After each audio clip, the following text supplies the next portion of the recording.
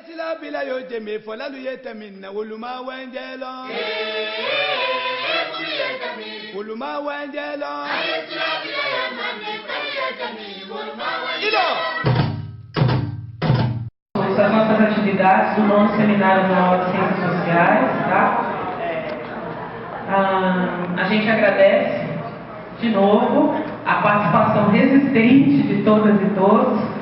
Já justifiquei para as nossas palestrantes que como o nosso evento pela manhã foi até 1h30 da tarde, né, com discussões bastante assim, efervescentes.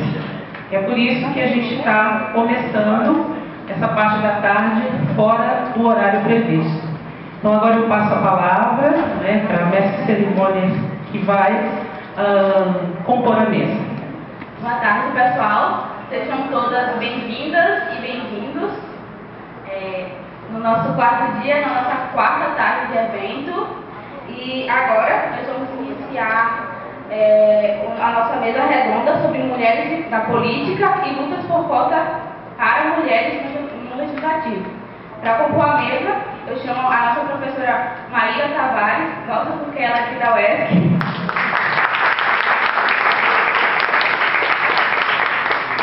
A deputada Érica Cocai.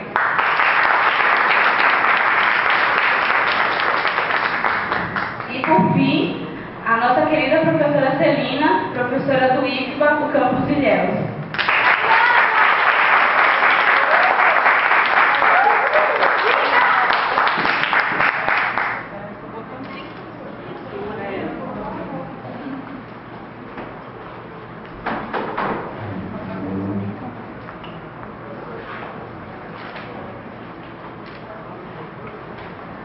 Gente, boa tarde.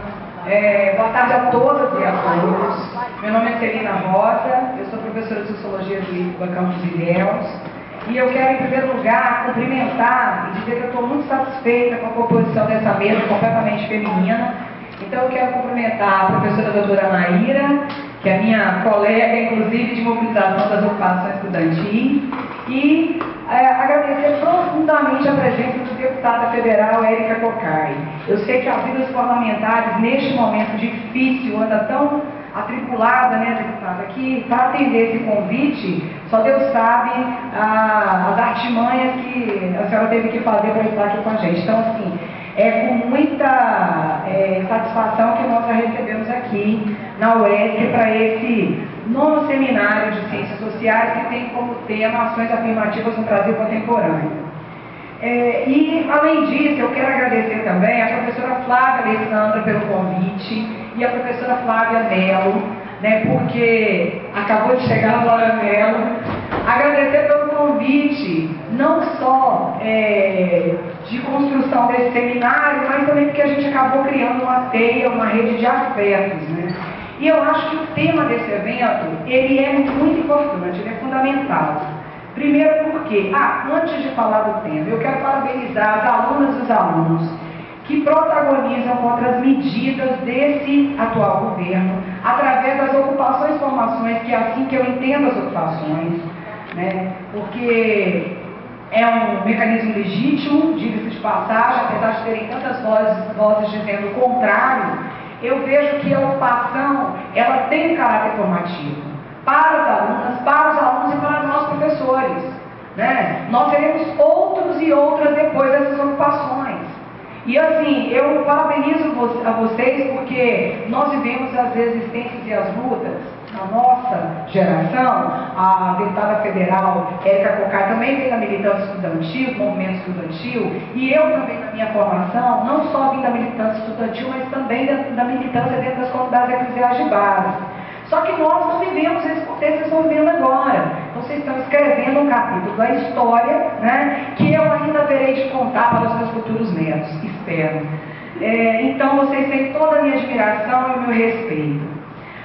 Pois bem, em tempo de exceção, de golpes, da ascensão ou revigoramento de valores conservadores, de saídas mais à direita, esse debate que está sendo promovido por esse seminário é de fundamental importância. Qual o impacto dessas mudanças nas políticas de ações afirmativas? Em que medida os direitos de negros, mulheres, população LGBT, indígenas, pessoas com deficiência e idosos serão mantidos, alterados ou até mesmo excluídos em um cenário como o que está sendo desenhado? Se a nossa resistência e a nossa luta não for capaz de alterar minimamente o quadro que está sendo desenhado, possivelmente sem alarde, não teremos como discutir ações afirmativas em um futuro próximo.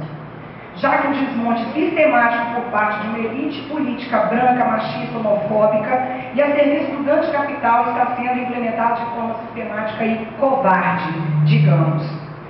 Neste seminário nós temos refletido sobre como nós vamos resistir.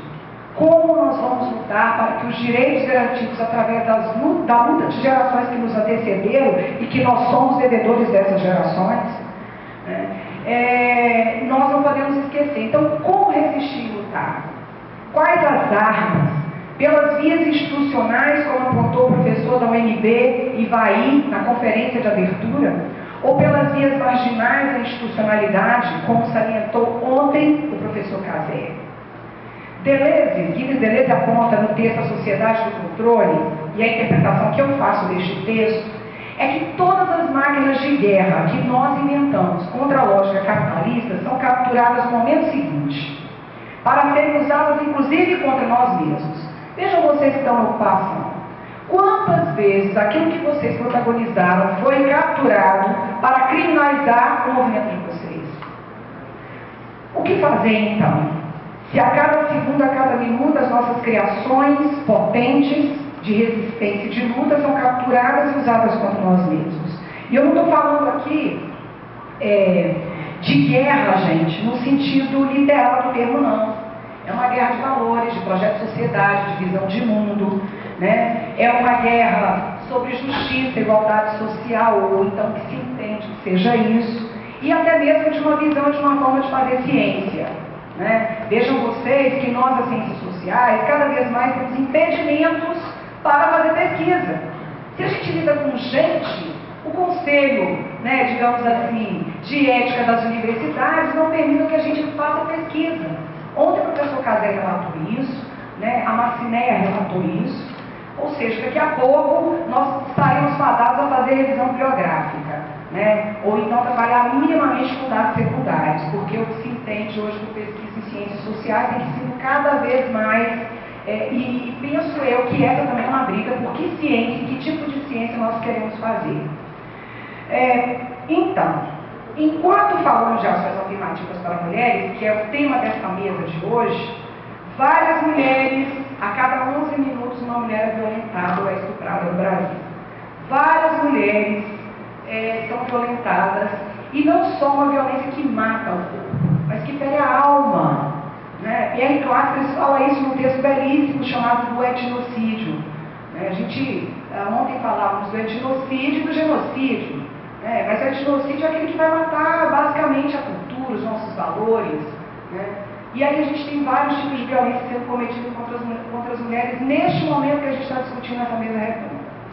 Então, talvez a gente não devesse falar em armas, né, no sentido literal, mas falemos como Michel Certeau fala, em tática. Quais as táticas que nós usaremos para que nós, minorias, não sejamos violentadas, expropriadas, exploradas e que não percamos os direitos já conquistados? No caso de nós mulheres, é inegável que os nossos direitos foram ampliados, graças à luta de diversas feministas, que não citarei aqui porque os feministas são diversos, né? E as lutas também, as bandeiras também. Mas ainda, apesar dessas conquistas, persiste a desigualdade de gênero dentro de todas as esferas da sociedade.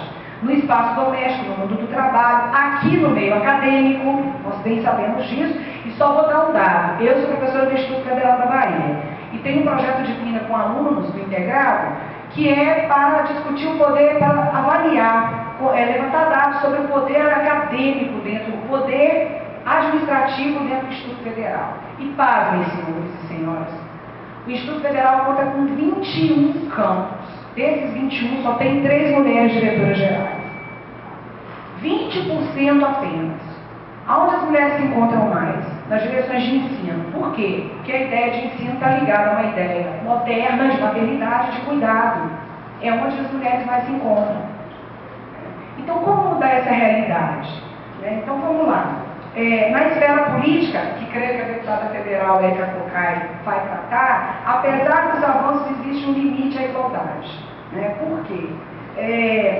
Há uma subrepresentação, as cotas não passaram tal como a bancada de mulheres gostaria que passasse, a lei de cotas, mesmo tendo sido aplicada, ela, na realidade, não consegue garantir, E aí, só para dar um dado, Ilhéus e Itabuna, na Câmara de Vereadores, por exemplo, Ilhéus são 19 cadeiras, por 2 pleitos seguidos depois das cotas. Este, o próximo, e este atual não tem uma mulher vereadora. E a Câmara, a mesa diretora da Câmara de Vereadores, nunca teve uma mulher presidente. Já teve uma vice-presidente nos idos de 80. E teve a professora Carmelita, que inclusive é do Partido dos Trabalhadores, que foi secretária. E na Câmara de Vereadores de Itabuna são 21 cadeiras. Neste pleito novo terão 2 vereadoras, uma inclusive negra, parente do Mike, que é um dos ciências sociais. Então, se existem limites, e se as políticas de ações afirmativas elas não têm conseguido fazer avançar de forma mais radical contra essas disparidades, a gente está naquilo que o professor Ivaí citou no primeiro dia, citando o professor Maldonado. Vivemos uma guerra perpétua. A guerra daqueles que trabalham com ações afirmativas é uma guerra perpétua, é constante. E exige de nós, como salientou Deleuze, criatividade. Aliás, segundo Deleuze, a arte é uma máquina de guerra. No caso de nós mulheres, segundo a PNAD, a Pesquisa Nacional de Amostra por Domicílio, a gente já representa 51,4% da população brasileira. Avançamos no direito à educação. Em 2009, nós já representávamos 60% das matrículas no ensino superior, de acordo com os dados do IPEA, Instituto de Pesquisa Econômica Aplicada, no documento Retratos das Desigualdades de Gênero e Raça. No entanto, esse aumento foi maior entre o acesso das mulheres brancas, 23,8%, do que das mulheres negras, que foi abaixo dos 10%. Ou seja, é preciso ainda avançar. Além disso, mais tempo de estudo não significou para nós uma melhor qualificação profissional. A gente ainda está 15 pontos abaixo dos homens, segundo os dados do IBGE de 2013, e o rendimento dos homens é quase o dobro do nosso. E aí, quanto ao tema da nossa mesa de hoje, a nossa representação na política, apesar da Lei 9.504 de 97, mas tem uma lei anterior, que é a Lei 9.100 de 95, e além de uma mini reforma que foi feita através da Lei 12.304 de 2009, que garante o preenchimento obrigatório dos 30% de mulheres em partidos e nas coligações, há ainda uma subrepresentação das mulheres e uma redução cada vez mais significativa. Vejam vocês, no caso de Ilhéus e Itabuna, teve momentos antes das cotas que as mulheres chegaram a ocupar 3 cadeiras, 2 cadeiras, 1 cadeira. Os 2 últimos pleitos, mesmo depois dessas leis, não tem nenhuma mulher na cadeira, na Câmara de Vereadores de Ilhéus. E assim, segundo os dados do site do TSE, neste ano de 2016, houve um aumento considerável de mulheres que disputaram os cargos eletivos. Ultrapassou os 30% para as eleições municipais. Então, para vereadoras, a gente tem um total de 32,79% e para a prefeitura, 12,57%. Mas vejam, esses dados se referiam à candidatura. Quanto a serem eleitas, são outros 500, deputado? E, aliás, depois, isso é curioso, porque a deputada federal Érica Cocai foi uma das vereadoras, uma das deputadas eleitas com o maior número de votos. Ela chegou a ficar em 3º lugar, se não me engano. E, enfim, antes de terminar, que tem que passar a fala para as 2 palestrantes, eu quero apenas fomentar ainda mais a discussão com essa questão desses dados. Como é que a gente pode mudar esse cenário em Ilhéus e Itabuna e dentro de um quadro como esse que nós estamos vivendo? Um quadro de ascensão de um conservadorismo exacerbado, de uma bancada cada vez mais machista. Tem no Diário do Senado, tem uma fala do senador Magno Malta que diz ser contra o termo cotas de gêneros, Porque daqui a pouco os trans, os homossexuais, assim que ele se referiu, vão querer cotas também. Né? Qual o problema? Né? Mas ele acredita o seguinte, as cotas deveriam ser para mulheres e para homens, e que não se utilizasse o termo de gênero, porque ele acredita que há uma ideologia de gênero sendo veiculada, principalmente no campo educacional, e ele é um dos idealizadores do programa Escola Sem Partido, né?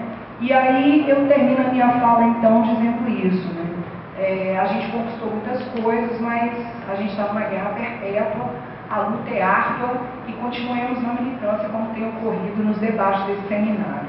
Obrigada a todos e todas, e abaixo o Temer, a PEC 55, a MP de reforma do ensino médio e o programa Escola Sem Partido, do qual eu sou terminantemente contra.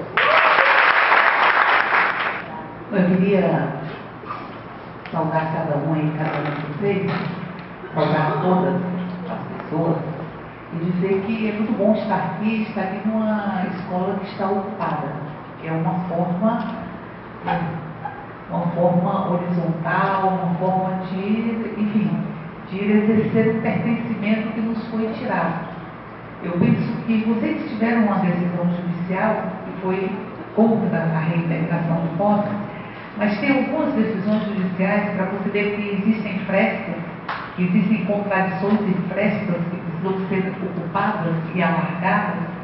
Tem particularmente uma decisão judicial onde o juiz diz que a escola pertence aos estudantes e que não pode se considerar uma reintegração de posse, porque isso aqui não é propriedade de quem quer que seja. Isso aqui não tem dono a não ser os próprios estudantes.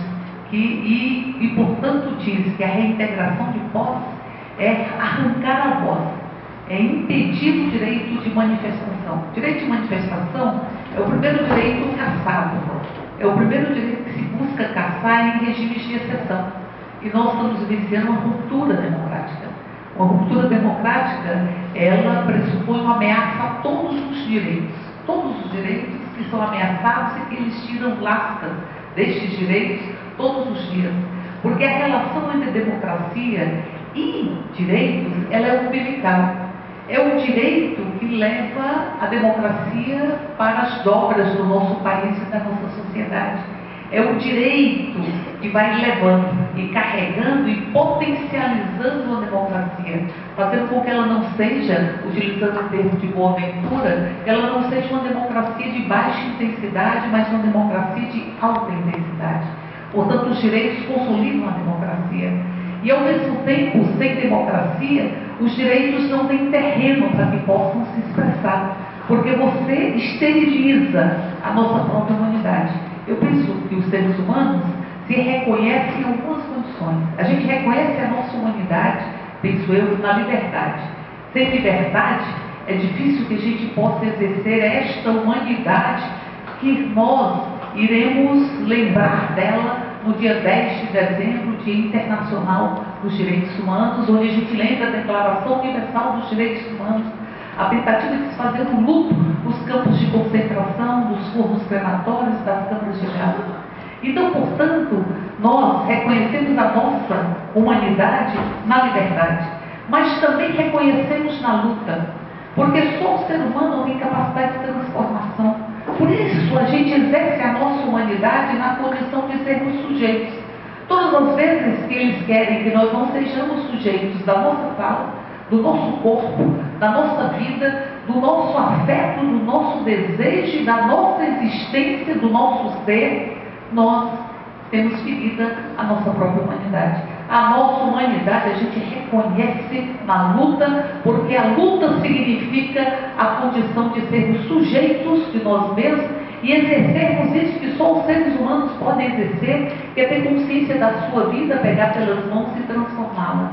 A nossa humanidade a gente reconhece no amor e no afeto também, posto que somos seres faltantes e que precisamos de algo além de nós mesmos para nos sentirmos plenos. Aí a gente lembra do mito de Eros, quando havia um ser muito feliz, Eros, com 2 cabeças, 2 sexos, 4 braços, 4 pernas, e Zeus, enciumado com tanta completude, com tanta felicidade, cindiu Eros ao meio e fez com que nós eternamente buscássemos os movimentos eróticos na perspectiva de estarmos encontrando a completude e a plenitude. Portanto, nós nos reconhecemos no afeto e no amor. Então, este quadro de reconhecimento humano, a gente o faz na construção permanente no movimento. Aí tem razão Rosa Luxemburgo quando diz que a gente só percebe as correntes que nos prendem quando a gente se coloca em movimento, porque as correntes são invisibilizadas. Elas são correntes ou paredes e tetos de vidro que faz com que nós fulanizemos, ou que haja um processo de individualização, de fulanização das nossas dores e das nossas alegrias. A gente vai ver isso quando nós pegamos uma pesquisa da Unicamp que vai pontuar que as pessoas que acham que as suas vidas melhoraram nos últimos 13 anos dos governos Lula e Dilma, elas dizem em 50% que a sua vida melhorou por seu próprio mérito, em 40% por obra de Deus, e em 10% por sujeitos coletivos, como sindicatos centrais ou partidos políticos. Ou seja, quando eu digo, a minha vida melhora, mas eu não sou sujeito coletivo, não há um sujeito coletivo desta transformação, eu fulanizo os contextos que são contextos sociais. Contextos sociais em um país, o que nós ainda não fizemos o luto dos nossos períodos traumáticos. A gente não fez o luto do colonialismo? Quando os donos da terra, amigos do rei, se sentiam também donos das mulheres, das crianças, dos trabalhadores. Por isso, há tanto namoro entre o patrimonialismo que se expressa no patriarcalismo e se expressa na corrupção. Há namoro, se apropriar do que não te pertence. Porque nós mulheres não somos propriedade dos homens. Nós somos pessoas e queremos viver a nossa própria humanidade. Mas também não fizemos o luto da escravidão, num processo de desumanização simbólica e literal que nós vivenciamos durante quase 400 anos, das casas grandes e senzalas, na construção de uma ambiguidade que vai caracterizar este país, na transformação do direito em favor, que significa o favor, o reconhecimento da subalternização, de que tem alguém que te presta um favor, que tem condições de prestar um favor para quem nada tem. Aliás, a própria assistência social desse país, ela foi traçada pela regra global. O que me sobra, eu posso te conceder. Então, a relação de favor, então não há o direito ao favor. Não há o direito ao favor. E numa relação de ambiguidade que fez com que, por muito tempo, se dissesse que no Brasil havia uma democracia racial e que o Brasil é um país pacífico. E eu me pergunto onde é que está o caráter pacífico de um país que assassina quase 60 mil pessoas todos os anos, num país dos que mais matam a população LGBT. Foram 326 mortes de pessoas da comunidade LGBT em 2014. Que país é esse pacífico na sua essência, que assassina 60 mil pessoas, quase 60 mil pessoas, jovens e jovens negros na sua grande maioria. A maioria jovem, e a maioria esmagadora dos jovens negros. Extermínio de uma geração que nós estamos vivenciando no mito da ambiguidade, onde se diz inclusive que nosso outro período traumático, que também não fizemos o luto dele, a ditadura, quando o Brasil é arrancado de nós mesmos, se diz que a ditadura não foi tão dura. Não se mede a ditadura por quantos corpos ela deixa.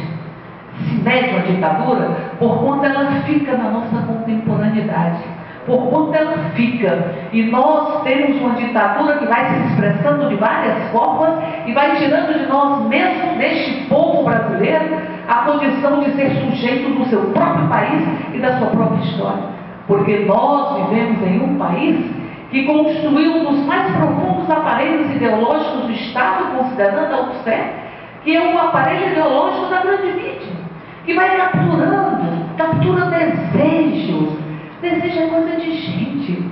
Desejo é fruto das relações pessoais, da pele, de como você se constrói, de como você se coloca como ser cultural. O desejo está sendo capturado, essa mão invisível do mercado está adentrando as cidadanias da intimidade e está capturando o desejo e desenvolvendo um dilema shakespeariano, ontológico, do ser ou não ser, porque nós somos seres que estão sendo coisificados todos os dias. E uma sociedade que diz, todos os dias, através dos meios de comunicação, consuma para eu te respeitar, e não dá o direito de consumir. Portanto, é uma sociedade com sofrimento psíquico profundo. Consuma para eu te respeitar, e você não vai consumir. São duplas mensagens, construindo duplos vínculos, onde não há espaço de construção coletiva, porque as ruas e a cidade, elas nos foram tomadas. Porque esta sociedade da profunda ambiguidade, das paredes e dos tetos de vidro, que fazem o que as paredes e os tetos de vidro? Ou essa microfísica do poder, que nós não percebemos que ela existe e a gente vai internalizando e reproduzindo. Se a parede e o teto é de vidro e são invisibilizados, você não combate o que não se vê. E se a parede e o teto é de vidro, você vai fulanizar também as tuas dores. Não é fulanizar só nas alegrias deste país, mas fulanizar as dores. Porque aí vai se dizer, não tem cultura do estupro. Não importa se nós temos 500 mil de mulheres, se estima, que são estupradas todos os anos nesse país. Não há cultura de estupro. O que há são estupradoras. Foi essa a reação do governo golpista com relação ao estupro coletivo? O que ele fez? Disse, eu vou criar uma estrutura de segurança para punir o estuprador. E a cultura do estupro, não, essa vai continuar andando. Até porque é uma generofobia que se expressa na Câmara. Eu tenho a impressão de que se a gente fizer um projeto e colocar o gênero alimentício, a bancada fundamentalista vai se conta. Porque é uma fobia morfológica. A palavra gênero não é permitida, porque ela transgride a construção de uma família que seja patriarcal, transgride. Porque vocês já pensaram como o corpo das mulheres e como a roupa das mulheres incomoda e constrange?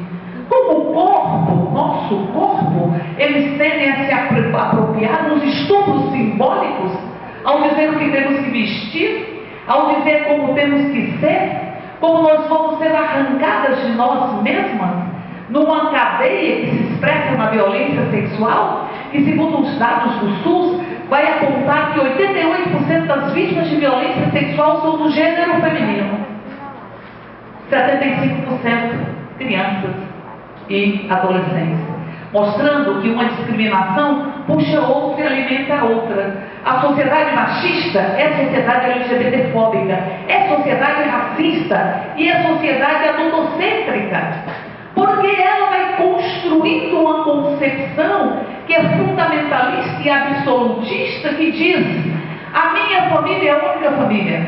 A tua família não existe se ela é diferente da minha.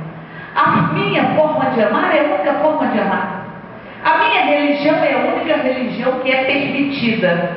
E eu vou negando o outro enquanto o outro. Eu nego a alteridade. Que é isso que faz o fundamentalismo. Sabem eles que é na alteridade e no contraponto que a humanidade caminha. Porque aí nós vamos ter a tese, que tem uma antítese, que gera uma síntese, que vai se transformar numa nova tese, e a construção humana e os avanços da inteligência humana, eles são consequências da diversidade, da alteridade e do contraponto. Se eu nego e transformo a nossa diversidade numa única forma de existência e de ser, eu vou estar negando a possibilidade de avanço da própria humanidade.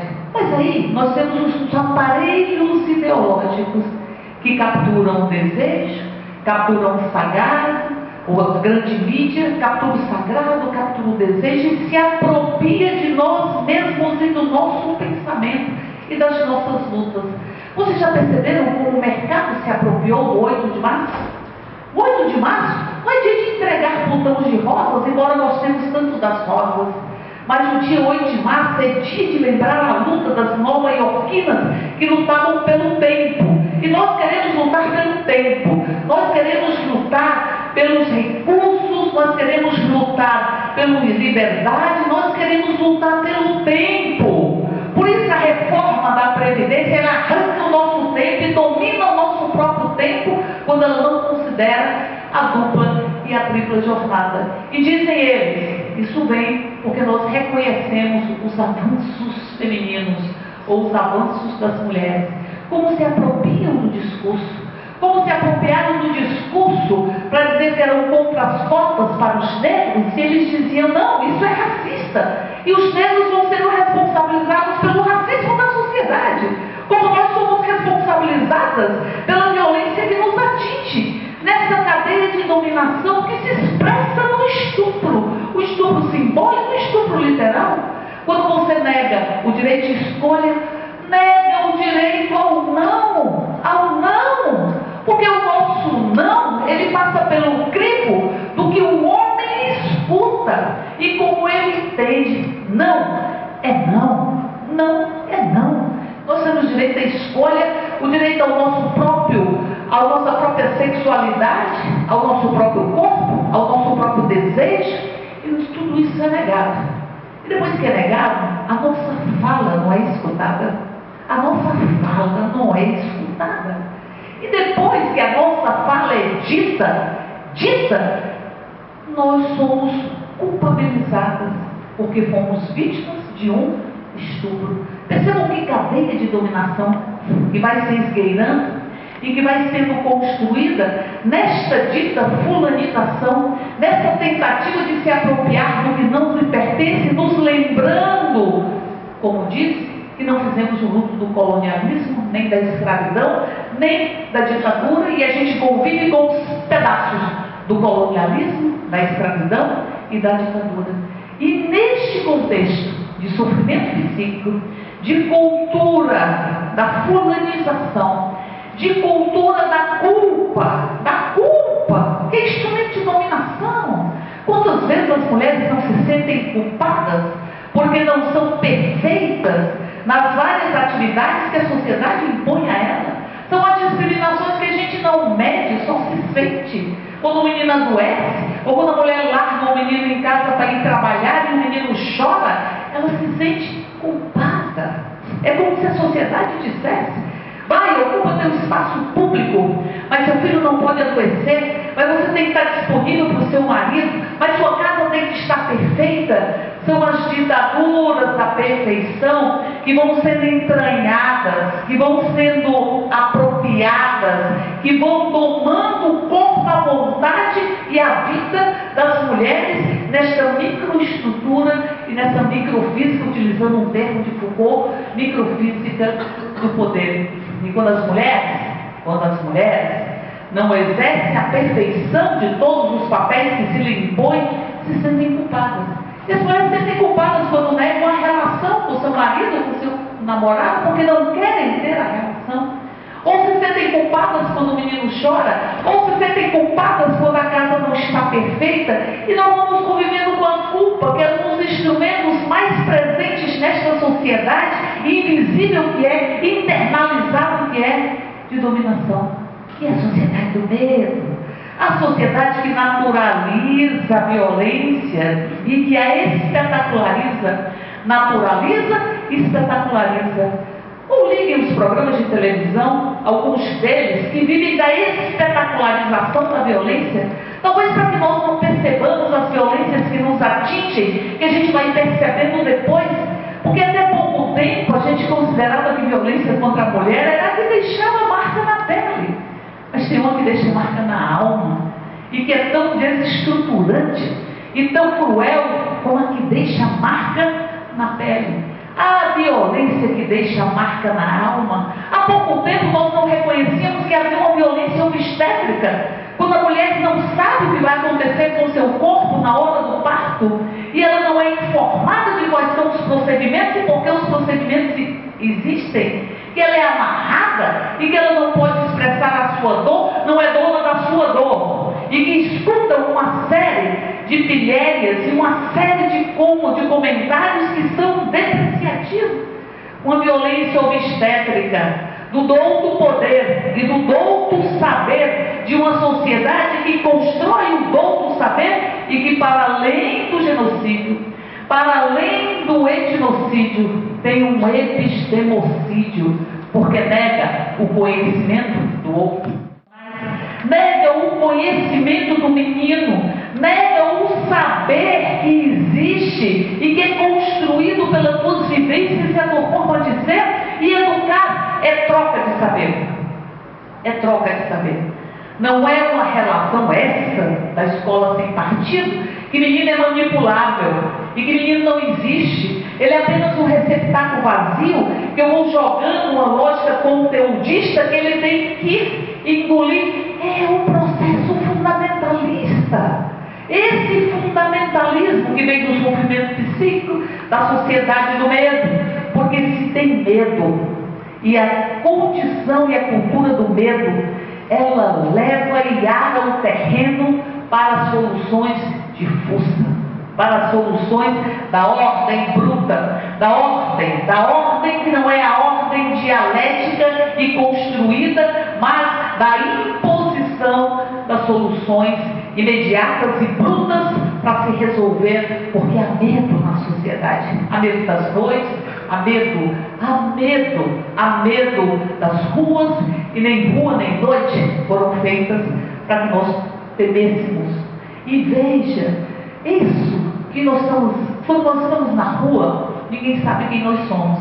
Em casa nós somos nós mesmos. Existem milhões de mulheres que têm medo de voltar para casa, porque são vítimas de uma violência doméstica que também não era percebida enquanto tal. A sociedade do medo, a sociedade da culpa, a sociedade do sofrimento psíquico, ela cria uma lógica binária, que tem o bem e tem o mal, que tem a noite e que tem o dia. E eu me pergunto onde fica o anoitecer, onde fica o amanhecer, que nem noite é e nem dia é, que tem o branco e tem o preto. E onde fica o arco-íris, que por uma única gota do orvalho, dizia Marx, nós podemos vê-lo, e que a humanidade não o vê, via de regra, nas imposições binárias que são construídas. A sociedade binária, a sociedade do medo, do sofrimento psíquico, dela brota o fundamentalismo. Porque também não há espaços para uma revolução cultural, onde as pessoas se sintam agentes e seres culturais, porque somos seres culturais, posto que somos seres humanos. E esse fundamentalismo, ele vai se expressar no parlamento. Vai se expressar no parlamento. E vai se construir em pelo menos 3 aspectos. O fundamentalismo religioso, dos que querem romper a laicidade do Estado e mandar as favas do processo democrático, porque o Estado, se não for laico, não é democrático. O Estado, se seguir uma concepção e se entrar na lógica do pecado e na lógica da discriminação, não é efetivo enquanto promotor de políticas públicas. Se tira a lasca do Estado laico e se hierarquiza os seres humanos. Não, tem ser humano que pode amar outros. Outra parte que te cabe neste latifúndio são as covas rasas, como diz João Cabral de Melo Neto, e as covas rasas são os armários, os manicômios, as prisões, a sociedade das instituições totais, das prisões, dos armários e dos manicômios. Mas também há um fundamentalismo punitivo. Os que dizem que os nossos problemas se resolverão com grades e balas. Não importa se temos a 4ª maior população carcerária do mundo e que nós vivemos numa sociedade violenta. Não importa, é preciso continuar encarcerando. Encarcere os meninos de 16 anos, encarcere, e nós, inclusive, entramos na discussão do encarceramento. Qual foi a grande diferença do feminicídio? Hediondo. E nós percebemos que era hediondo. quis ampliar e transformar em semiaberto a prisão por não pagamento de pensão. Nós reagimos. Se não prender porque não paga a pensão, ninguém paga a pensão. E nós vamos também, em grande medida, recrudescendo a lógica punitiva. Porque a gente não consegue estabelecer uma pedagogia em uma sociedade que tanto exige do fundamentalismo punitivo, porque o fast food do Congresso, há uma convenção nacional, pune, encarcera, tipifica, criminaliza, vai encarcerando.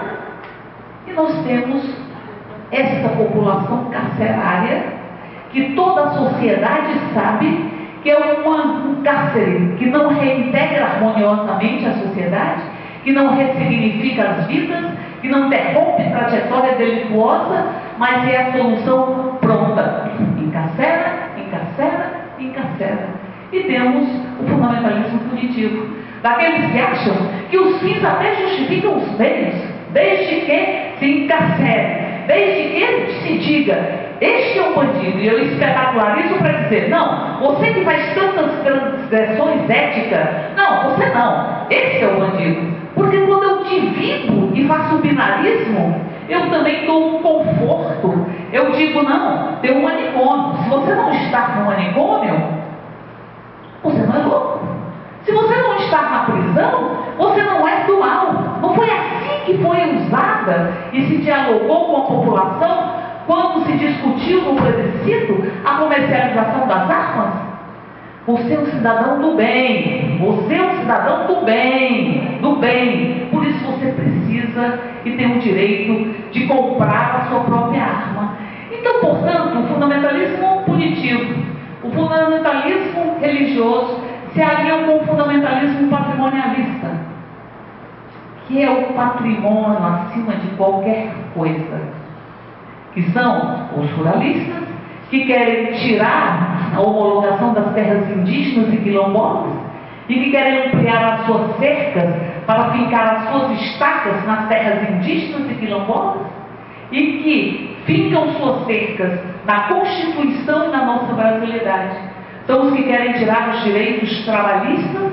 E vamos caminhando em 3 tipos de fundamentalismo, que também nós falamos que é a bancada do BBB, do boi, da bala e da Bíblia, que se aliaram e se articularam no parlamento com a gestão de Eduardo Cunha. Eduardo Cunha articulou, trouxe para a centralidade a pauta fundamentalista e impôs pérolas, como o Estatuto da Família. O Estatuto da Família, ele diz: família é família, com felicidade ou sem felicidade, com afeto ou sem afeto. Isso retroage à lei do divórcio, que é de 77. Porque a lei do divórcio diz: se a relação conjugal não é uma relação que traz afeto e felicidade, é possível desconstruir e construir uma outra relação. Retroage a isso. E quando usa a família como se fosse monolítica, ele ignora as relações de subalternidade e de violência dentro da própria família.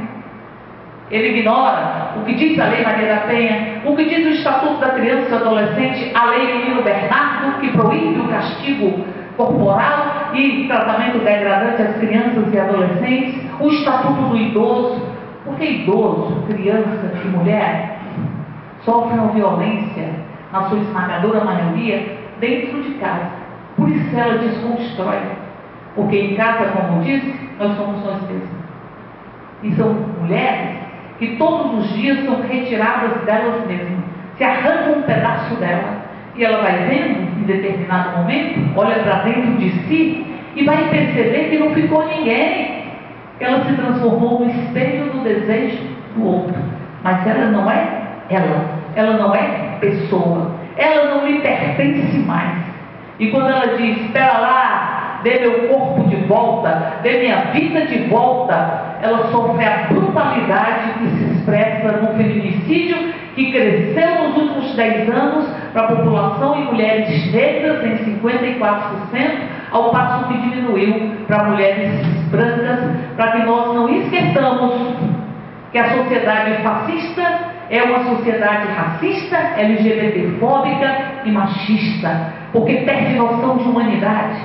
Perde noção de que a humanidade é uma só. Isso que está na Declaração Universal dos Direitos da Pessoa Humana, que diz, todo ser humano nasce livre, e todo ser humano nasce igual em direito e dignidade. Como é possível ter dignidade se você não pode dizer o nome do amor? Como é possível ter dignidade se você não pode vestir a roupa que você quer vestir, se você quer falar como você quer falar e que você quer desenvolver a condição de sujeito em suas relações afetivas?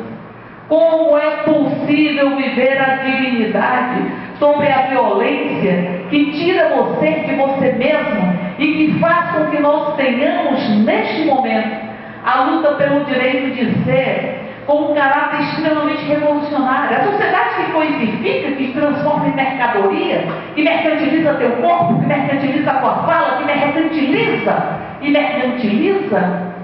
ela é uma sociedade que tem um contraponto no direito de ser. Por isso o movimento LGBT, o movimento das mulheres, quando reivindica o direito de ser, uma sociedade que coisifica e mercantiliza o ser humano, nos transforma em fetiche. E que luta pelo direito de amar com liberdade, de amar e de amar. Numa sociedade de tanta naturalização e espetacularização da violência, é revolucionário o direito de amar.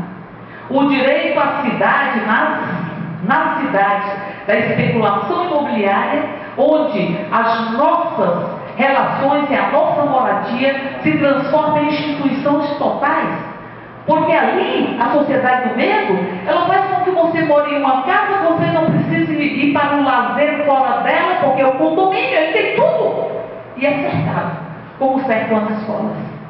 É cercado com paredes e algumas com arame farpado, se protegendo da própria comunidade e naturalizando a sociedade do medo, que possibilita o fundamentalismo punitivo e a fala dos que dizem que as fardas têm que voltar e as botas têm que dominar esse país e se apropriar da nossa própria bandeira.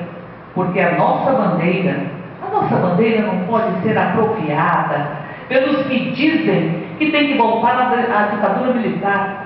Nem podemos permitir que seja apropriada por aqueles ditos coxinhas que acham que as suas concepções de vida e que vão para as manifestações, como vão para o clube, como vão fazer um programa no final de semana, sem conteúdo e sem unidade programática, que possa se apropriar de uma bandeira que nós tivemos o direito de vesti-la e de hasteá-la, porque enfrentamos a ditadura militar deste país.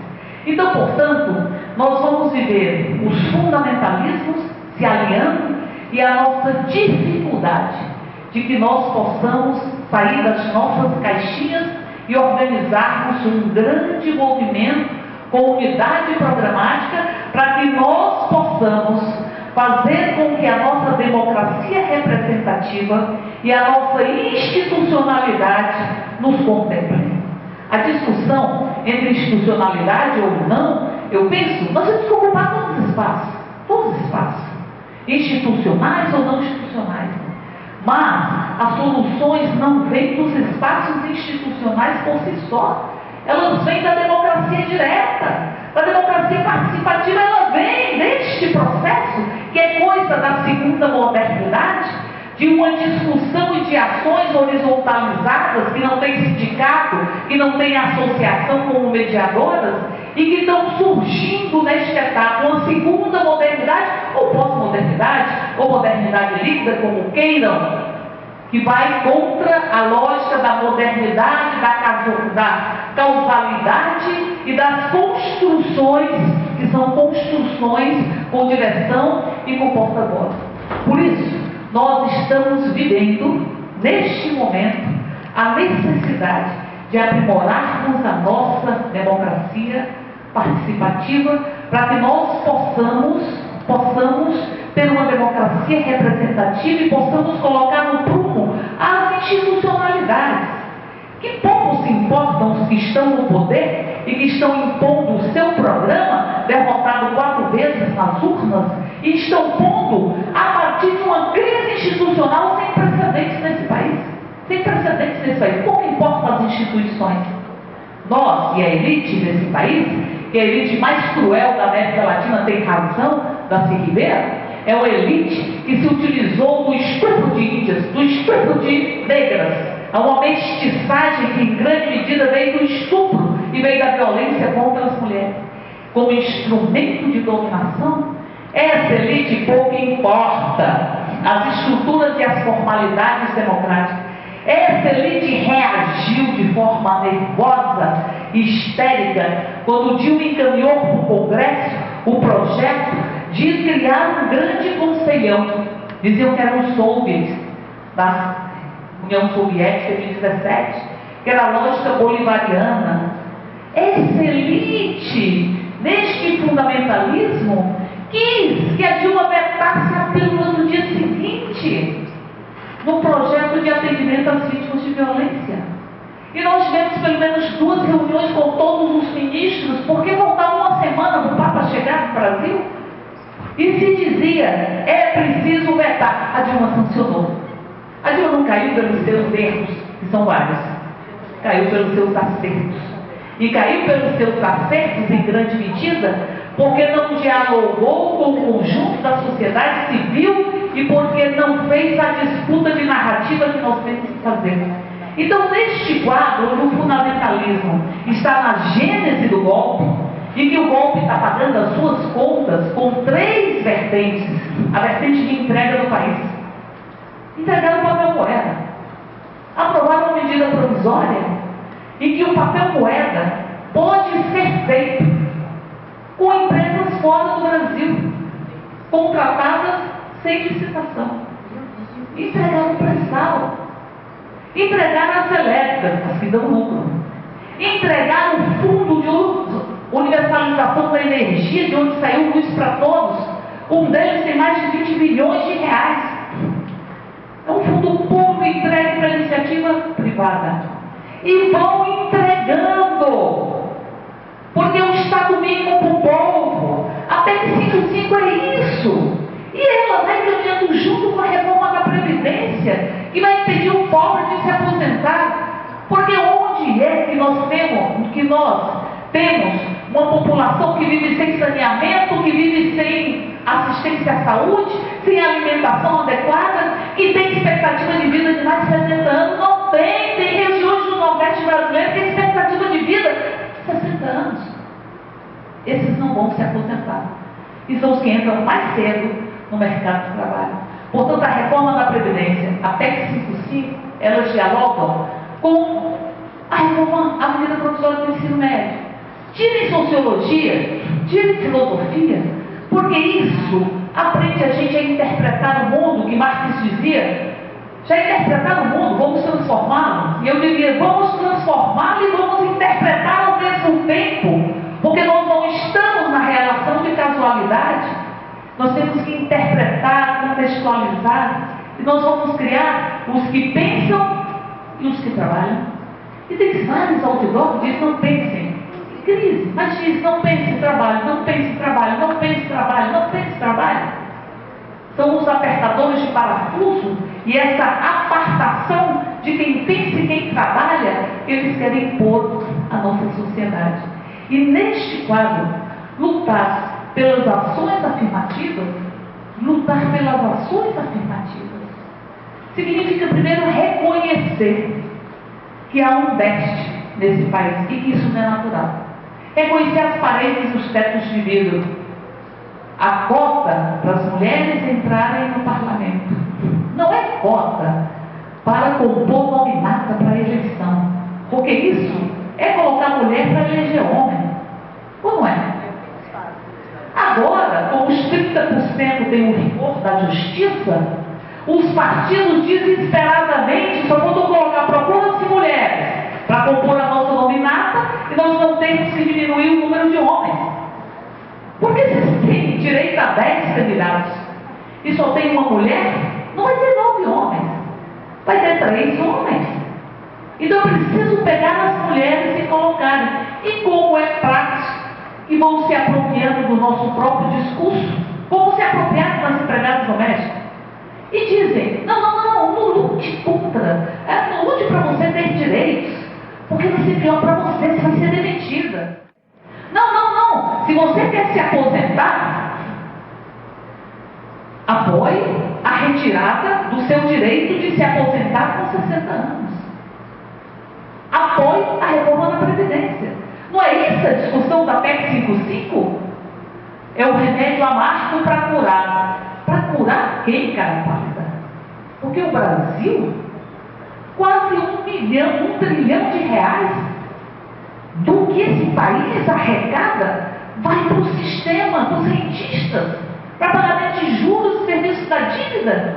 Se eu diminuo 3% a taxa de juros ou 2% a taxa de juros, se eu combato a sonegação, que se estima no mínimo 500 bilhões de reais são sonegados do Brasil todos os anos, mas eu não combato isso, eu não mexo nas grandes fortunas, eu não mexo no rendimento, na taxação de rendimento dos bancos. Os bancos não pagam rendimento, não pagam, ninguém paga. Mas nós vamos tirar da população pobre, porque a desigualdade é instrumento de dominação. E a desigualdade é ao cerne dessa elite extremamente cruel. Isso significa penalizar as mulheres, porque as mulheres são sempre as primeiras a serem penalizadas. Nós temos, e eu encerro com isso, 9,9% de mulheres eleitas na Câmara Federal, de 513 parlamentares. Isso é menos do que nos países onde as mulheres usam burcas. Os países árabes têm média de 14%. As mulheres usam burcas. Nós temos nossas burcas. Nós temos nossas burcas. Teve um dia que nós fomos de burca para o parlamento. Até porque queriam aprovar um código de vestimenta que a gente não podia ter decote. E nós falamos, no meu decote cuido eu, cuide do seu decoro. Do seu decoro. No meu decote cuido eu. Ouvimos o absurdo está perdendo a modéstia. Eu fiquei impressionado com o absurdo da vontade. Quando o fascismo está passeando sem roupa, desnudo, o rapaz subiu, o parlamentar, na tribuna e disse, não, as mulheres que estão lá fora, essas não querem poder, essas querem ser amadas. E vocês que lutam pelo poder, vocês precisam ser amadas, porque são mal amadas. Eu digo, dos meus amores entendo eu. Não queiram se apropriar dos meus amores, dos meus ovários e do meu corpo. Disso entendo eu. Dos meus ovários, do meu corpo, dos meus afetos e dos meus amores. Porque o raciocínio é que a minha felicidade, ela vem pelo homem. E a ausência do homem faz com que eu seja amargurada e mal amada e lute. Quer dizer que se eu for bem amada, não irei reivindicar nada, porque estarei contemplada por um homem. É a construção da narrativa da infância. Ou não é isso, os contos de fada? Quem foi que salvou a Rapunzel? Quem foi que salvou a Cinderela? Quem salvou a Branca de Neve? Foram homens. Homens. Então, portanto, nós, quando lutamos pela cota, nós estamos reconhecendo que há um ferimento à democracia desse país, porque tem 9,9% de mulheres, e dessas 51 mulheres foram eleitas, quase 20 ou por volta disso, foram eleitas pelo sobrenome, foram eleitas não pela sua história, foram eleitas, uma delas diz, não, eu fui eleita porque o meu marido ficou inelegível, caiu na ficha limpa, e aí eu vim. Mas ele que usa meu voto de parlamentar, não sou eu. Então você tem uma diminuição das mulheres, consequência da sociedade sexista e fascista, e causa também. Porque quando você não tem as mulheres como deveríamos ter, por isso nós defendemos as cotas, as mulheres, você não consegue desconstruir essa relação. É causa e semente, é fruto e semente, como tudo na vida, porque a vida é dialética. Sabe por que eu acho que os meios nunca compensam, os fins nunca compensam os meios? Porque o fim de hoje é meio de amanhã. E se eu comprometo os meios para chegar em determinado fim, o fim que é nobre, ele vai se transformar no meio. E eu vou sempre sacrificá-lo, porque os fins vão sempre justificá-los. Então, portanto, nós temos esta realidade na Câmara, com os projetos agora de implementar um futuro, de ser poucas cotas, porque nós perdemos as cotas. Na Câmara nós perdemos. Aprovou no Senado, e eu estou falando uma cota de 10%. A gente começou com 50%, que é paridade. A gente vai alcançar a paridade daqui a 130 anos, se continuar dessa forma. É como os negros. Os negros, aumentou a escolaridade universalmente, mas a diferença entre negros e não negros, ela é a mesma. Mais de 100 anos para atingirmos a paridade. Nós começamos com 50 a paridade. Fomos para 30, como na Argentina. Na Argentina começou com 30. Sabe o que acontecia? Os 30 eram lá no final. Aí as mulheres nunca entraram. Então permaneceu os 30 com alternância de gênero. É um do gênero feminino, masculino, um do feminino, enfim. E aí você tem mais de 40% na Argentina. Nós estamos defendendo agora a PEC que está em curso, que nós perdemos na Câmara e que ela veio do Senado, que ela tem uma progressão nos próximos 3 anos, 10% por unidade da federação. Isso significa, bancada do Rio Grande do Sul, acho que tem 30 parlamentares, só tem uma mulher. Teremos 3. Isso não significa necessariamente 10 ao todo, porque é por unidade da federação. Mas você introduz a discussão das cotas, das ações afirmativas. E o que eles diziam? Não, nós somos contra essas cotas, sabe por quê? É a mesma discussão que o MBL fez na Câmara com relação aos negros. Isso é um absurdo. É dizer que o negro não é capaz, que não tem mérito. Meritocracia só existe com igualdade de oportunidade. Senão é hipocrisia, é forma de dominação. Então nós estamos defendendo 10% e eles diziam, e nós perdemos na Câmara em função disso, porque eles diziam, nós confiamos em vocês. Vocês chegam onde vocês quiserem chegar. Não importa a dupla e a tripla jornada. Vocês chegam onde vocês quiserem chegar. Porque a dupla jornada, ela tira a mulher do espaço público. Porque a mulher vai ter que cuidar da casa. E aí tem ainda uma pessoa, que é a pessoa que mais diz bobagem. É difícil dizer quem mais diz bobagem no governo. Mas esse ministro da Saúde que diz que os homens com um pouco de saúde porque trabalham muito. As mulheres trabalham mais do que os homens. Todos sabemos disso. Todos sabemos. E aí, porque tem a tarefa doméstica que não é repartida, a mulher adentra o mercado de trabalho, mas o homem não adentra o espaço doméstico. E há uma transgressão das mais profundas. Vai ser aquilo que ele quer que ele seja. Que o menino tem que ter a liberdade de ser e tem que ser amado e aceito, principalmente pela liberdade de ser. É o luto dos pais e das mães dos seus fantasmas. Mas a construção de gênero, ela até permite que haja a transgressão pelo gênero feminino dos papéis e do gênero masculino. Mas ela é interdita de forma muito cruel e muito violenta quando o menino assume funções do gênero feminino. É como se permitisse, a minha filha até joga bola, joga futebol, mas eu não permito que o meu filho brinque de boneca. A minha filha até mexe calça, mas eu não permito que o meu filho vista uma saia. Então há uma interdição muito violenta quando os meninos adentram os espaços de gênero feminino, construindo uma condição que não é uma condição binária. Então, portanto, são muitos os desafios. Para além de manter o que nós já temos, porque tem um projeto que reconceitua a violência sexual, porque o projeto da Yara Bernardo, ele diz Violência sexual é toda relação sexual não consentida. Agora ela tem que ser atestada por um profissional da segurança, pelo projeto Eduardo Cunha. Não vou nem dizer isso não, porque dá azar. Pelo projeto daquele que eu não posso dizer o nome, porque dá azar. Mas diz que tem que ser atestada pela Secretaria de Segurança. E dificulta a pílula do dia seguinte. Dificulta. Aí eu escuto alguém dizer: ora, a vida é um desígnio de Deus, não pode ser planejada. E quem assume por que na Revolução Russa, quando se discutia o sexo livre, e não tinha a pílula naquela época, as mulheres dizendo sexo livre? Não é bem assim não. Porque nós vamos engravidar e quem cuida dos nossos filhos somos nós. Somos nós. É muito fácil dizer que as mulheres têm que, ou seja, que o nascituro tem que ser reconhecido para além dos direitos das mulheres.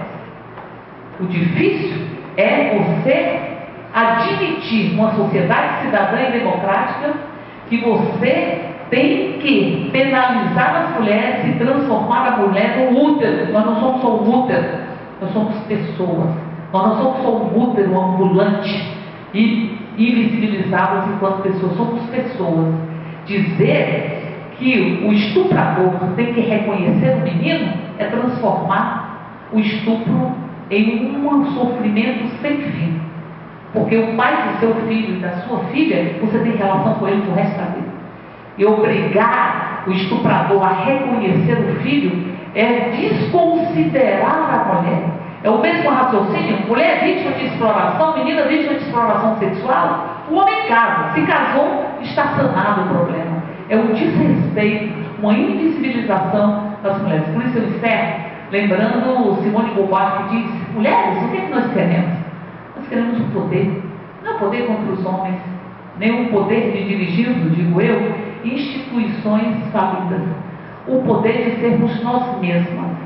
O poder de reconhecermos a coragem que nós temos. Porque a felicidade da mulher, ela é sempre uma felicidade muito guerreira. Quando as mulheres adentram os espaços masculinos e sofrem as ditaduras da perfeição, se erram porque são mulheres, não deveriam estar ali. E a gente vê isso no trânsito. Quando tem uma barbeiragem, é um homem, ninguém fala nada. Quando é uma mulher, só podia ser mulher.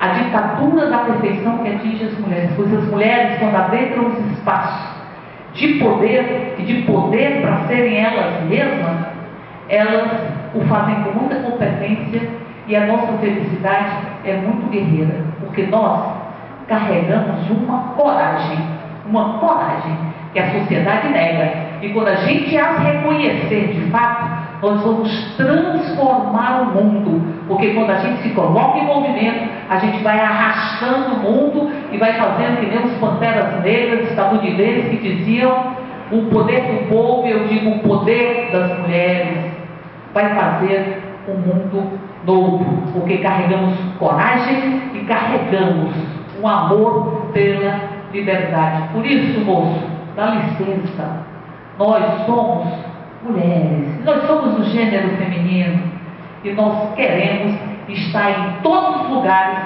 que o ser humano pode estar. Queremos a caneta, queremos um microfone, mas queremos continuar usando o batom, porque somos mulheres.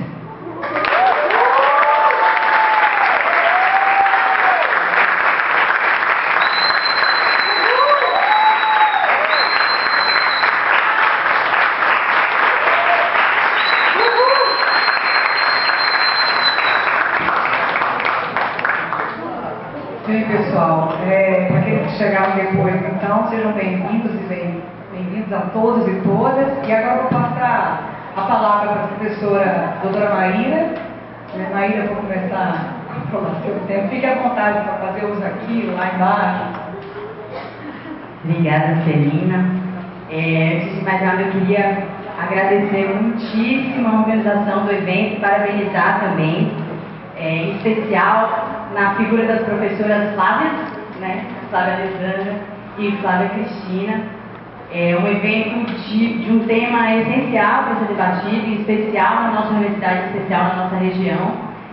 E enfim, tem conseguido colocar as ações afirmativas nas mais diversas áreas como algo essencial para a gente pautar qual é a cara de quem ocupa os espaços de poder. E isso é uma virtude realmente inestimável. Então, muitos parabéns, toda a organização, as monitorias sempre muito cuidadosas, a programação, a divulgação, de fato, merece todos os nossos parabéns. Eu agradeço muitíssimo o convite. Não tenho nem a erudição da Celina, nem a eloquência da Érica, e efetivamente eu sou de uma área que em geral costuma-se pensar que não tem tanto a ver com esse debate, né? Eu sou professora aqui do DCB, dou aula para o curso de licenciatura em Biologia, mas ao mesmo tempo para nós é uma questão central, já que muitas vezes o debate sobre a questão das mulheres vem enviesado por naturalizações de ordem biológica. Coloca-se algo natural no sentido de comum como natural no sentido de vindo da natureza. Então, pautar essas questões é algo que tenho feito enquanto docente e também enquanto militante. Então, meu lugar de fala aqui vai um tanto no sentido de uma militante há 11 anos do Partido Socialismo e Liberdade, PSOL. Portanto, assim, já vou de antemão me desculpando por não ter as qualidades das oradoras que me antecederam. Bom, então, para começar, eu queria começar um pouquinho pelo final da fala da Érica sobre as ações afirmativas no âmbito do legislativo, para a partir daí tentar ampliar o escopo e falar sobre mulheres na política de modo geral. Porque em geral a gente tem esse vício de pensar que a política confunde-se com o legislativo e o executivo, quando na verdade política significa ocupar os espaços de poder. E espaços de poder se dão nas mais diversas instituições, não só as instituições representativas, mas na família, na escola, na universidade e uma série de outras que a gente, até na relação entre consumidores, né, que o capitalismo gosta tanto de privilegiar, mas trata-se de poder no sentido de potência e de possibilidade para as mulheres. E eu começo, pelo fim da fala da Érica, tratando sobre a tão baixa representatividade no âmbito dos parlamentos, do parlamento brasileiro em particular.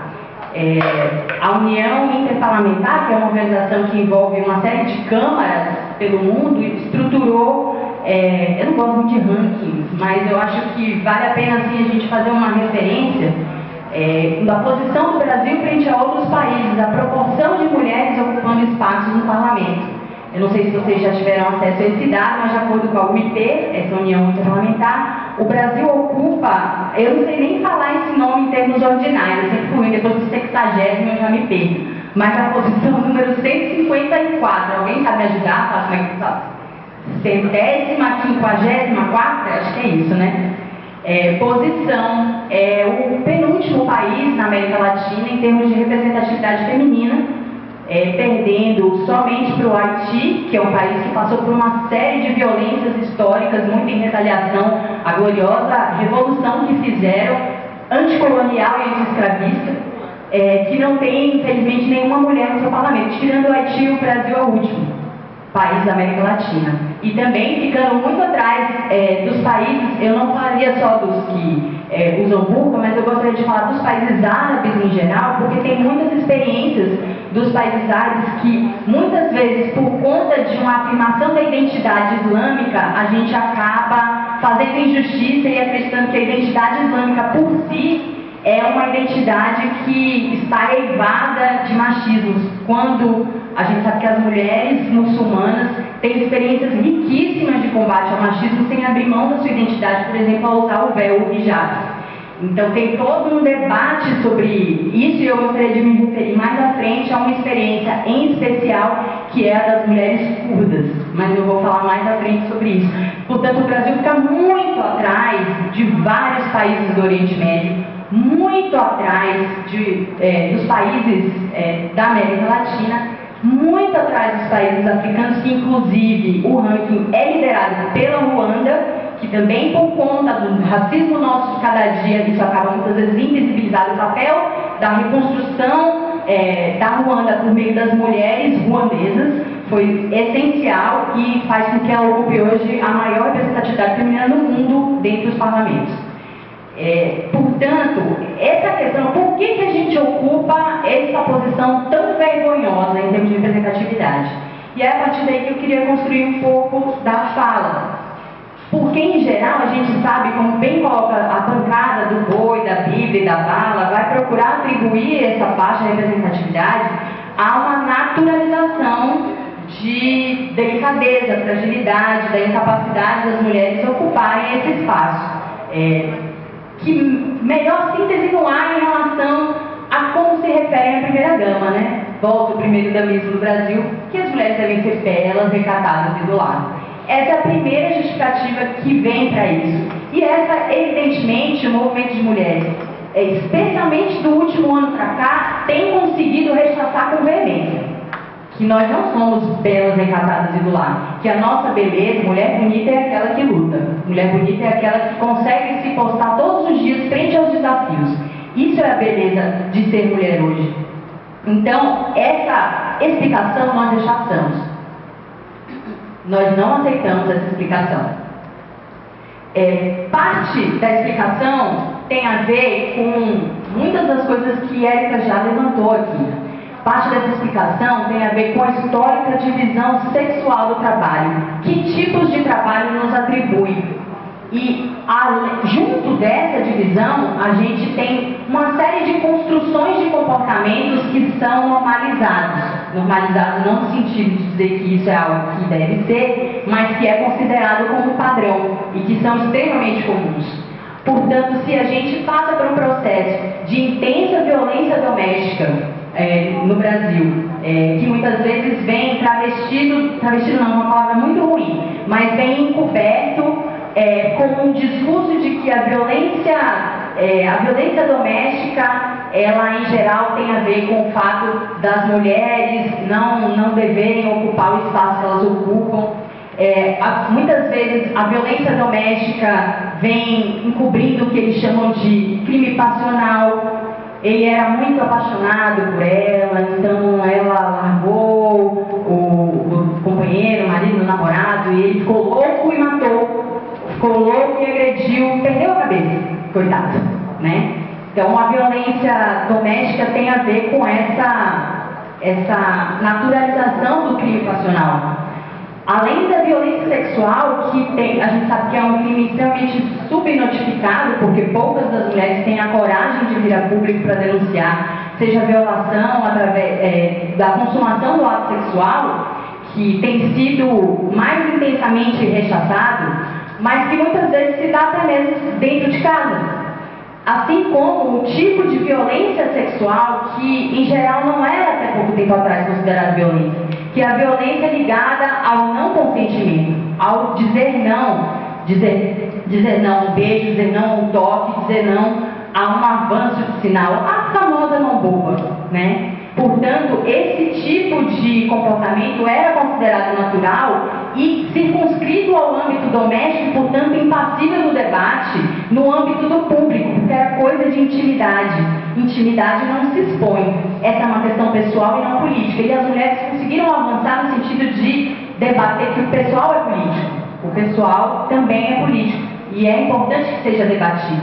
Porque ao colocar essas questões no âmbito do privado, a possibilidade delas caírem no silenciamento e no desmerecimento e na deslegitimação é muito maior do que se a gente trouxer isso para o debate público, que é o que vem acontecendo, e uma série de mulheres vem se identificando com um conjunto de condutas que estão sendo questionadas como naturais. E isso talvez tenha sido o grande saldo da primavera feminista, que despontou, mas que já vinha de crescentes antes do ano passado. Então, a questão do silenciamento, tanto nesses exemplos que eu dei, mas também o silenciamento mais cotidiano, o silenciamento de legitimar mais a fala do homem que diz a mesma coisa em relação à mulher que fala algo. O silenciamento no sentido de dizer que quando alguma mulher se insurge contra o machismo, ela é louca. Quando alguma mulher, por exemplo, questiona no seu sindicato que tem poucos homens na mesa, ela é prontamente respondida. Quando uma mulher coloca a necessidade do debate sobre o machismo nas suas várias instâncias de movimento é considerado como exagero, como abuso, quando é colocado a questão das mulheres como algo secundário em relação a outras questões que a gente vive. Enquanto isso for considerado secundário, nós mulheres estamos passíveis a violências mais e mais brutais, porque isso entra para a lógica do privado e para a lógica do silenciamento, e nós aprendemos a não ficar calados. Eu gosto muito daquela youtuber, da Juju Prazer, que ela falou: nós vamos fazer um escândalo. Vamos fazer um escândalo. Portanto, essa divisão sexual que tem esses meandros, mas que atribui a quase totalidade do trabalho doméstico para as mulheres, quase totalidade do trabalho de cuidado com as crianças, de cuidado com os idosos, de cuidado com os deficientes, seja o cuidado profissional, né? Veja quem são as profissionais professoras, quem são as profissionais enfermeiras, terapeutas ocupacionais, fisioterapeutas, são sua grande maioria mulheres, e não é acaso. Assim como quem cuida daquele idoso é a filha mais velha ou mais nova, é a sobrinha, é a irmã, sempre o trabalho de cuidado é atribuído à mulher. E esse trabalho de cuidado, por ser atribuído à mulher, é o trabalho que, em geral, é pior remunerado. Porque se considera que é um trabalho que mulheres têm vocação natural para fazer. Então, os trabalhos que as mulheres realizam, e especialmente os trabalhos que as mulheres negras realizam, eles são trabalhos pior remunerados, porque são considerados como trabalhos que subcategorias de humanos fazem. Essa herança maldita da escravidão que a gente carrega, pelo fato de ter sido trabalho até ontem não pago, forçado, eivado de violências, é o que justifica que até hoje se possa pagar salários quando se paga, porque muitas vezes existe um discurso da dívida de gratidão. Você não vai cuidar do seu pai? Você não vai cuidar do seu avô? Você não vai cuidar do seu irmão? Então, existe toda essa cultura que cria que isso é um trabalho natural das mulheres, que é muito perverso. Eu não estou com isso querendo desmerecer o carinho que as mulheres têm com seus entes queridos, o carinho que as profissionais têm com as pessoas com as quais elas cuidam. O que eu estou dizendo é que a lógica que desvaloriza esse trabalho, baseado na desvalorização social da mulher e da mulher negra, é a crueldade que nós devemos combater. Isso também nos rouba tempo. Eu concordo muito com ela quando ela diz que é uma questão de tempo. E aí, como marxista que sou, tempo de trabalho. Nós trabalhamos e não recebemos pelo trabalho que nós fazemos. Quando a gente lava a roupa, quando a gente lava a louça, quando a gente arruma a casa, quando a gente cuida dos entes queridos. Nós não recebemos por esse trabalho. E porque não recebemos por esse trabalho, muitas vezes não se conta que nós estamos trabalhando desde muito cedo. E isso é mais perverso ainda quando a gente vai igualar a idade das aposentadorias entre mulheres e homens. Isso é muito perverso, especialmente para as mulheres trabalhadoras rurais. E ainda, mesmo nos espaços em que as mulheres entram do ponto de vista de espaço de poder, como o espaço da universidade, o exemplo que Celina deu do IFBA, né? É muito interessante, os diretores e as coordenadoras, que é muito comum em todas as instituições educacionais, mas também no âmbito da militância. Aqui. Eu queria fazer uma pergunta. Quem daqui já pensou em se candidatar para algum cargo eletivo? Bastante significativo que ninguém tenha pensado ou está com vergonha, porque também é possível que a pessoa até pensou, mas está com vergonha de levantar a mão. Faz sentido isso, e isso faz sentido especialmente para as mulheres. A gente tem uma plateia majoritariamente de mulheres negras inclusive, mas faz sentido o fato de ninguém sequer cogitar essa possibilidade. Então vejam que a divisão entre público e privado, ela também se dá no âmbito do desejo. E essa representatividade, ela é tão torta porque tem a ver com o fato de, historicamente, nós termos ensinadas a não ocupar o espaço público, a ocupar o espaço do privado. E aí que entra o espaço do trabalho organizativo, de secretária, de relatoria, do trabalho doméstico, do trabalho de cuidado. Ainda que isso tenha sido muito bem problematizado, especialmente pelas feministas negras, e eu faço ressalto especialmente a Angela Davis, mas são várias. que tem discutido que as mulheres negras, enquanto as brancas estavam exigindo trabalhar e sair para trabalhar, já trabalhavam com o seu trabalho não pago há muito tempo. Mas também problematizado por outras importantes pensadoras intelectuais como Annie Phillips, Carole Pateman, Susan Moller-Okin, que têm problematizado essa divisão entre público e privado e os desdobramentos que a gente pode ter, mas eu não vou entrar tanto nesse mérito aqui. Quando a gente, então, vai pensar do ponto de vista das ações afirmativas que existem hoje e as que foram propostas no âmbito do parlamento, então a gente tem hoje a exigência que as chapas para candidaturas legislativas respeitem um mínimo de 30% de mulheres. Vale lembrar que, ainda que de fato respeitem, porque senão a chapa não é inscrita para concorrer, a gente tem uma série de burlas possíveis a que sejam efetivas candidatas, não só ficar no final da lista, né? A gente tem muitas vezes candidatas para constar. Elas entram na chapa, mas elas absolutamente sequer fazem campanha, porque senão a chapa não é inscrita. Ou nos casos em que a gente tem mulheres que vão, fazem a disputa, que querem ser eleitas, que têm um trabalho real, muitas vezes elas enfrentam dificuldades, tanto do tempo de TV ou de rádio disponível do partido, quanto do nível de financiamento que a sua campanha tem, quanto quais agendas são prioritárias no âmbito da sua campanha. E é isso ainda que a nova lei, a lei que foi aprovada em 2009, obrigue os partidos a reservar uma parte do fundo partidário para que se estimule que as mulheres tenham tempo de TV, que as mulheres tenham divulgação. Vocês devem ter visto uma série de propagandas de partidos falando PSC Mulher, Partido da Mulher Brasileira, que é presidido por um homem, mas enfim, vocês devem ter visto uma série de propagandas em que as mulheres se colocam. Mesmo assim, a gente tem a dificuldade real de efetivação da representatividade das mulheres quando são candidatas. E isso tem a ver também com uma dificuldade mais geral, que é a dificuldade que os partidos têm, enquanto instituição, porque os partidos são instituições, de formar quadros que sejam mulheres. E quando eu digo formar quadros, não estou dizendo que vai vir os homens, mulheres indefesas, vocês agora vão ver. Não, eu estou falando do partido garantir espaços em que as mulheres pautem as suas políticas.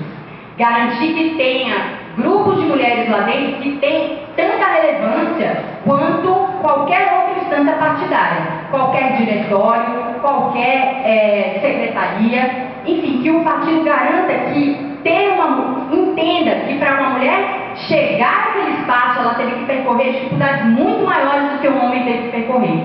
Então a formação de quadros de mulheres passa pelo entendimento, inclusive dos companheiros, de que as mulheres estarem ali é algo essencial. E é por isso que é muito importante experiências partidárias, que alguns partidos de esquerda têm, de garantir que tenham cotas para mulheres nas instâncias de direção.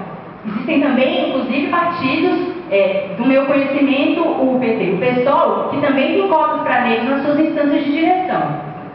Portanto, formar quadros mulheres implica em que esse processo de marginalização das candidatas mulheres seja superado. Mas é importante que a gente discuta. Desculpe, gente, eu falo muito aí, tá engasgando. É importante que a gente discuta também que a questão das reservas de vagas, ela, além de estar relacionada a esse histórico de negações que são colocadas às mulheres, ela também está relacionada a algo mais âmbito do que significa o conjunto da reforma política.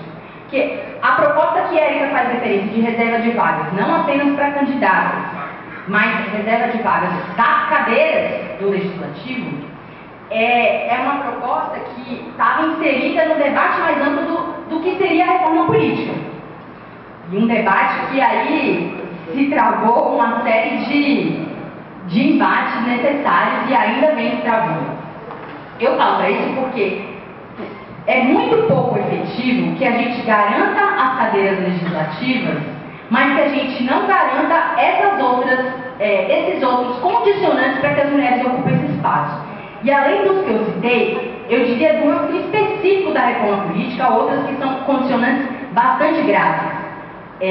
Eu queria destacar, dentro dessa proposta geral de reforma política, o que foi aprovado, em boa parte, foi daquele que não se pode dizer o nome, que é Eduardo Cunha.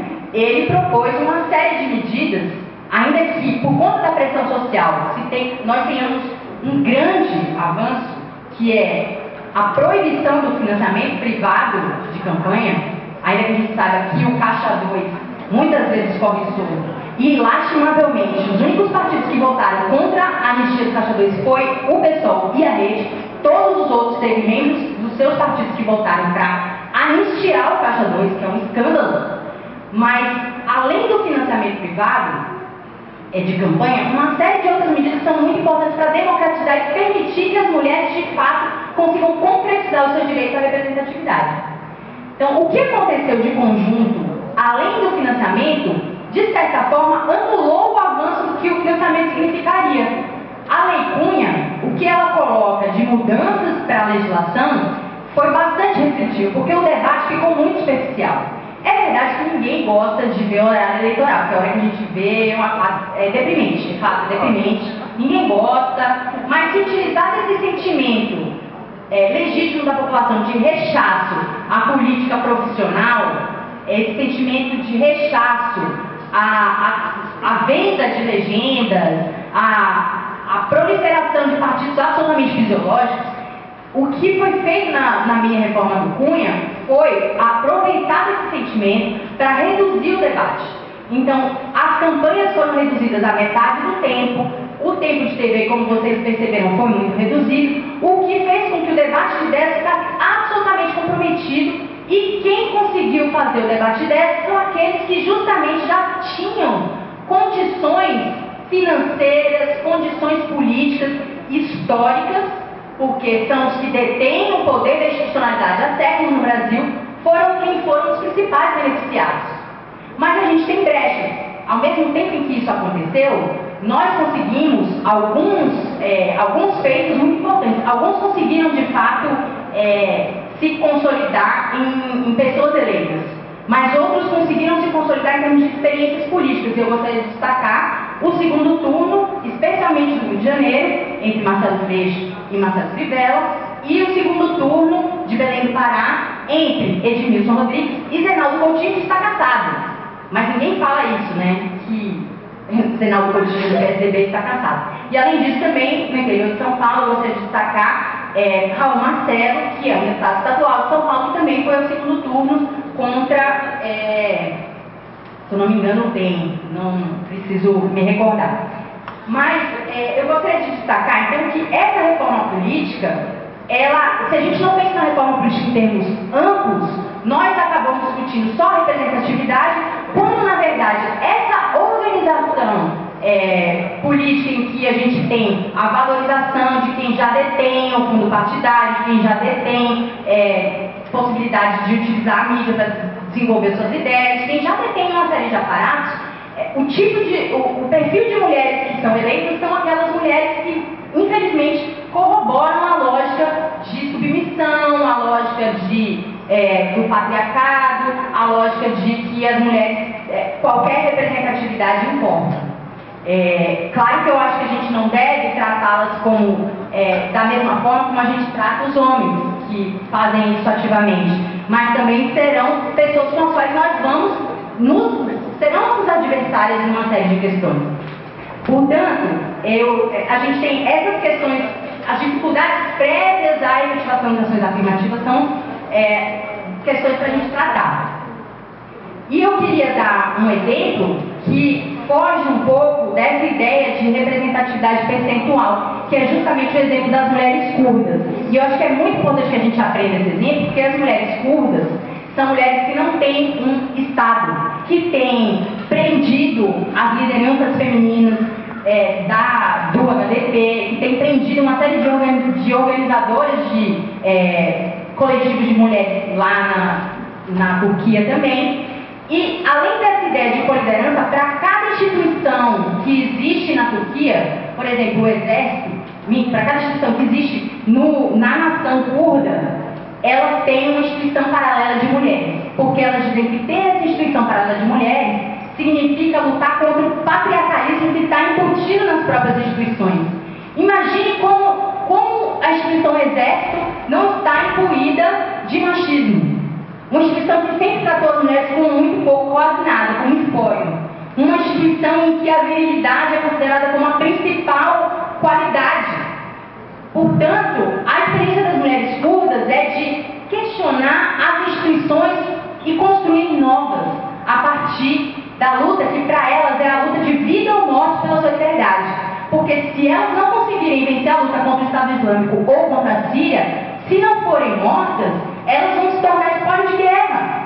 Se não forem mortas, elas vão estar cativas em vida. Portanto, essa luta é algo que deve nos inspirar a pensar sobre as nossas instituições, porque lá no Kurdistão, no parlamento da Turquia, com toda a falta de democracia que existe lá, as mulheres são muito mais representadas do que aqui no Brasil. Então a gente precisa pensar sobre essas experiências que nos iluminam a coisas que a gente pode tentar trazer como exemplos positivos, porque muitas vezes nós somos cegadas e cegados pelo que está no nosso imediato. A participação feminina, portanto, tentando trazer um pouco essas questões, ela esbarra nesse machismo institucionalizado. E isso, as experiências partidárias de cota para a direção, elas avançam, mas elas também são insuficientes. Assim como é insuficiente se nós não disputarmos dentro das nossas organizações sindicais, dentro das nossas organizações estudantis, das nossas organizações de trabalho, como fazer avançar reverter esse silenciamento histórico sobre essa diferenciação. Porque eu tendo a achar que quanto mais burocrático, quanto mais violento, quanto mais agressivo é o espaço político, menos as mulheres querem ser parte desse processo. Quanto mais envolve a disputa, seja da desqualificação verbal, seja da intimidação, quando chega na violência física, então nem se fala. Seja a criação de uma série de regras que as mulheres são colocadas à parte dessas regras e não podem se apropriar delas, mas isso são exemplos de condutas antidemocráticas que dificultam a participação das mulheres. E esse processo, ele também tem o seu reverso. Eu acredito que também será um sinal de um espaço bastante democrático quando você tem uma maioria de mulheres falando. Ok? Ok. Portanto, eu queria destacar, especialmente em relação à reforma política, que um dos efeitos, eu falei bastante dos efeitos negativos da reforma política, mas essa questão do financiamento privado, eu gostaria de destacar o que para nós, especialmente do pessoal, é um orgulho muito grande. No âmbito da Primavera Feminista, que foi um processo que conseguiu politizar o pessoal, denunciar o machismo e, sobretudo, derrubar o presidente da Câmara, que queria legislar sobre os nossos corpos, porque foram as mulheres que derrubaram Cunha, em primeiro lugar, foi o consenso construído a partir da mobilização das mulheres que derrubou. Nós tivemos, nesse bojo, temos muito orgulho de ter tido 3 mulheres mais votadas nas capitais para vereadoras. Em Belém, com Marina Brito, em Belo Horizonte, com a Ara Carolina, e em Porto Alegre, com Fernanda Melchiona. Além disso, nós tivemos uma série de outras mulheres votadas, Maria Franca, Mulher Negra no Rio de Janeiro, Cida Falabella em Belo Horizonte. Nós tivemos também, se não me falha, Samia Bonfim, em São Paulo, que é uma militante do mesmo coletivo que eu faço parte.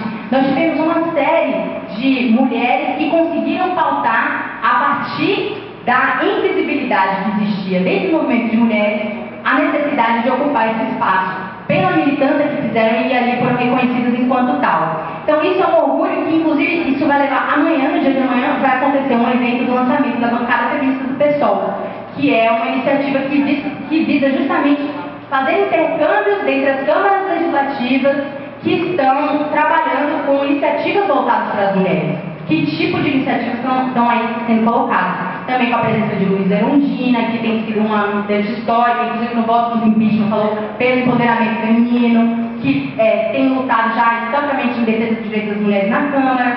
Vai estar com a presença também de Luciana Genro, que foi a candidata a presidente, que falou para a Neves, não levante o dedo para mim. que teve a coragem de denunciá-lo. Portanto, eu acho que se a gente tem aí um dos aspectos das dificuldades da reforma política são negativos, a gente tem algumas coisas que nos chamam a atenção do ponto de vista positivo.